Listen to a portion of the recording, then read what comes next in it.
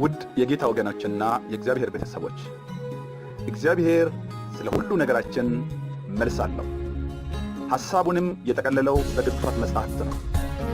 ስለዚህ ይህ የዩቲዩብ ቻናል ዋና መልእክቱ መልስ ወዳለው ቅዱስ መጽሐፍ እንድንመለስ ስለሆነ ስለ ሕይወታችን፣ ስለ እምነት መሠረታችን፣ ስለ ማኅበራዊ መስተጋብራችን፣ ስለ ነፍሳችን እውነተኛ ምግብ፣ ስለ ሁሉ ነገራችን ዛሬም ቢሆን ቃሉ ይናገር። ቀጣይ መልእክቶችን ለማግኘት ሰብስክራይብ ያድርጉ፣ ሼርም ያድርጉ፣ ላይክ በማድረግ የቻናሉ ቤተሰብ አባላት ይሁኑ። ውድ የቃሉ ይናገር የዩቲዩብ ቻናል ተከታታዮች፣ አንዳንድ ጊዜ እኔ የማቀርባቸው ስብከቶች ብዙ ግራ የሚገባችሁ ተከታዮች አላችሁ። አንዳንዴ ወደ ፍርሃት ውስጥም የምትገቡ ሰዎች አላችሁ። ለምን እንደሆነ አይገባኝም።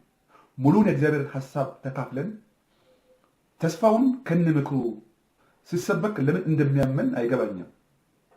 ብዙ ሰዎች ይደውሉልኛል፣ አንተ ቆይ የወንጌል አማኝ ሆነ እንዴት ነው ድነትን እንዲህ የምታቃልለው?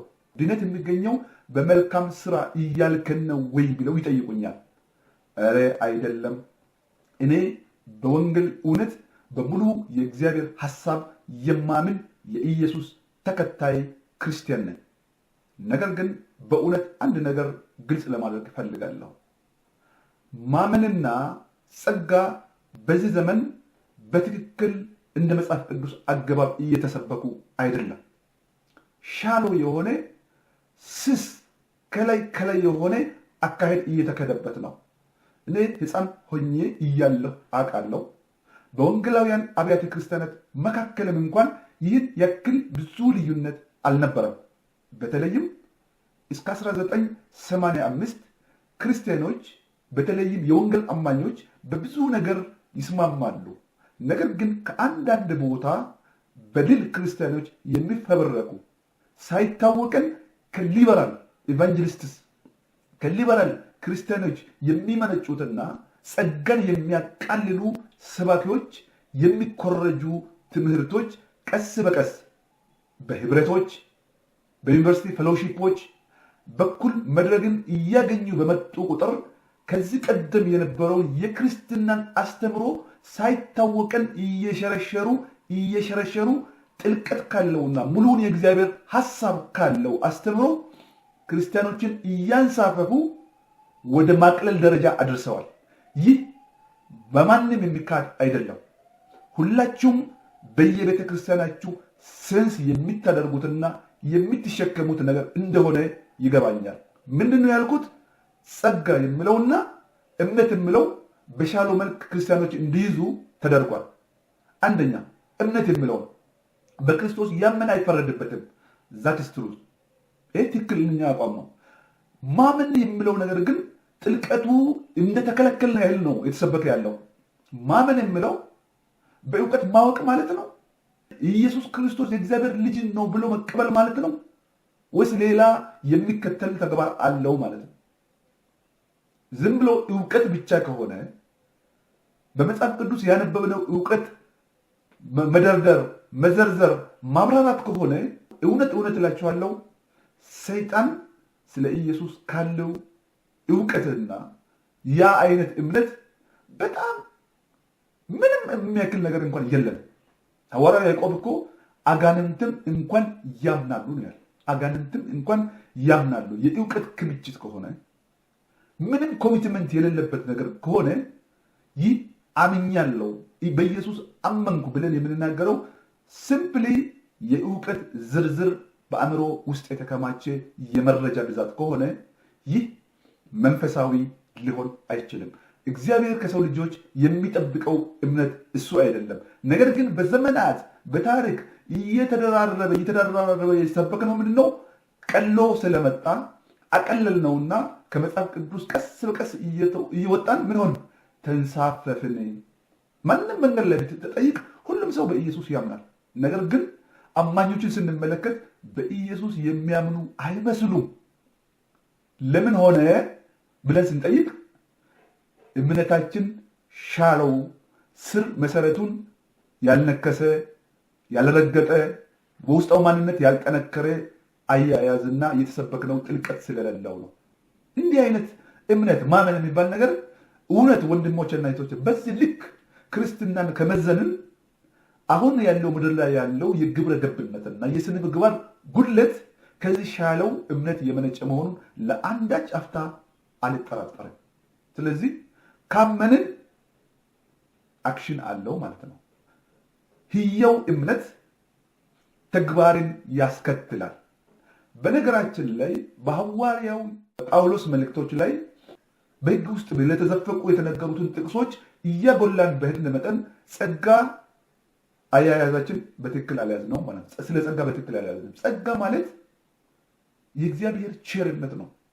የእግዚአብሔር ቸርነት በሙሉ የታሸገበት መግለጫ ነው። ሙሉ ስጦታው፣ ቸርነቱ፣ መልካምነቱ፣ ፍቅሩ በጸጋ ውስጥ እንደ እሽግ ተሰጥቶናል። ለሰው ልጅ ያደረገው ምሕረቱና ቸርነቱ በጸጋ ውስጥ ነው። ምክንያቱም ሰው ልጆች እዛ ደርሰው በራሳቸው ክሌም ማለት ስለማይችሉ ክሌም ማለት አይችሉም። ነገር ግን እግዚአብሔር ያደረገውን በሙሉ ለመቀበል አትሊስት አንድ ነገር ይፈልግባቸዋል። እምነት። አንድ ነገር ከሰው ልጅ የሚፈልገው እምነት ነው።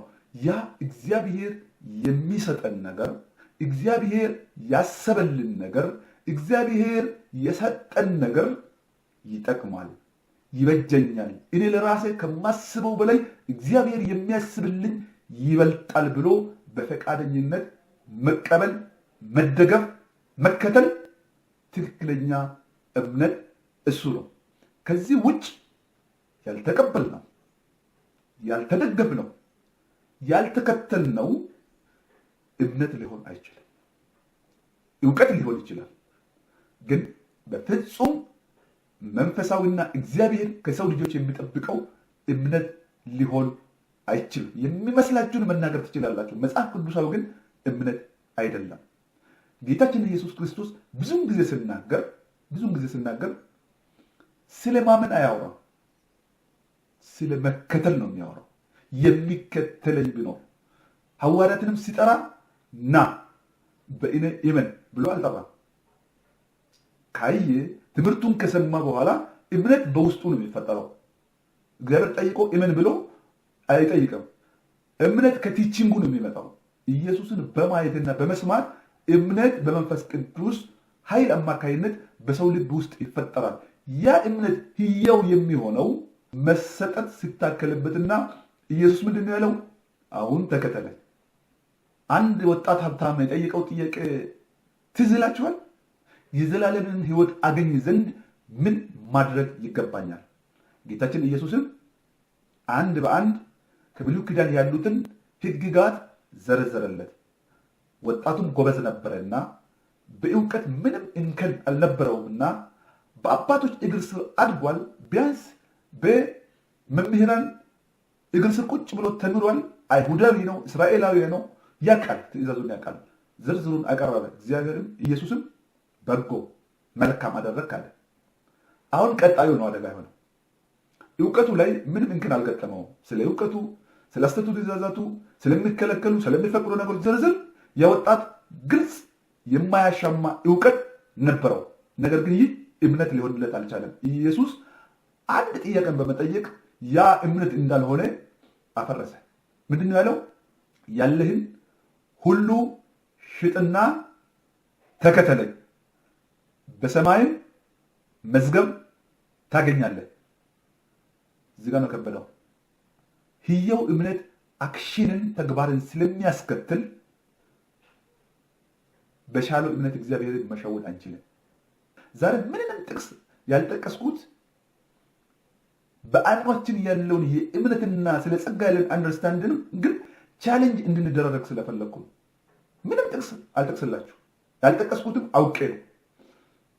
ታሪኩን ስለሚታውቁ፣ በቃላችሁም ስለሚታነበነቡ፣ በቃላችሁም ማውራት ስለምትችሉ ኮቴሽን ማቅረብ የፍርድ ቤት መከላከያ አድርጌ አይደለም ማቅረበው። ነገር ግን ልባችሁ ሲያውቅ አእምሯችሁ ውስጥ የተቀመጠው ሕያው እምነት እንዲሆን በእውነተኛ ጸጋ ላይ የተደገፈ እንዲሆን ይህ ለማሳሰብ ነው።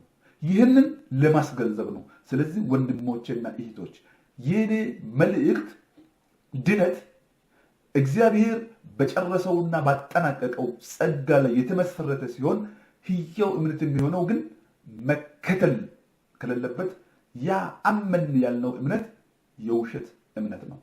ያ የማንከተለው እምነት የውሸት እምነት ነው። ያ መታዘልበት እምነት የውሸት እምነት ነው፣ ሕያው አይደለምና ወገኖች አንድና ሁለት ሶስትም ጊዜ እናስብበት። እኔ እኮ ይገርመኛል ኮንፍራንሶችን ሳይ ካሜራ ካች ማድረግ እስከማይችልበት ሰው ተሰባስቦ ይሄን ሁሉ መድረክ የሚሞሉና ሜዳን የሚሞሉ ህዝቦች ጌታን የሚወዱ መስለው በኢየሱስ ክርስቶስ ያመኑ እየመሰላቸው ላይፋቸውን ስናይ ግን ምንም አንድ የእግዚአብሔር ቃል ያልነካቸው ነው የሚመስሉት። ለምን? በዛ በሻለው በስሱ ማመንን መደበኛ አድርገው ስለተቀበሉ ነው። ጠጋ በሉ፣ በውስጥ ሰውነታችሁ ጠንክሩ። ጌታ ያኛውን አይነት እምነት አይፈልግም። ጌታ የሚፈልገው እምነት በቃሉ ላይ ተደግፈን በመታዘዝ ጌታ ኢየሱስን እስከ መጨረሻው ያው እስከ ሞት ድረስ ስንከተለው ነው። ያነ ነው የህይወት አክሊል የድል መለዮ ማግኘት የምንችለው። እንደዚህ ጠንከር ያሉ መልእክቶችን የምንናገረው እናንተን ቻሌንጅ ለማድረግ ለማሳጣት አይደለም። ራሳችሁን እያዘናጋችሁ አወቅን ብላችሁ በእውቀት ልክ ብቻ ተኮፍሳችሁ ከእውነተኛው መታዘዝና የሃይማኖት ትምህርት ከእውነተኛው መንፈሳዊነት ዝቅ ባለ ደረጃ እድሜያችሁን እንዳትጨርሱና በእውነተኛ ሃይማኖት ላይ ቆማችሁ ሳታፍሩ ጌታችን ኢየሱስ ክርስቶስ ዳግመኛ ሲመለስ በፊቱ በመተማመን እንድትቆሙ ለማገዝ ነው። እግዚአብሔር ይወዳችኋል፣ እኔም እወዳችኋለሁ። ተባረኩ።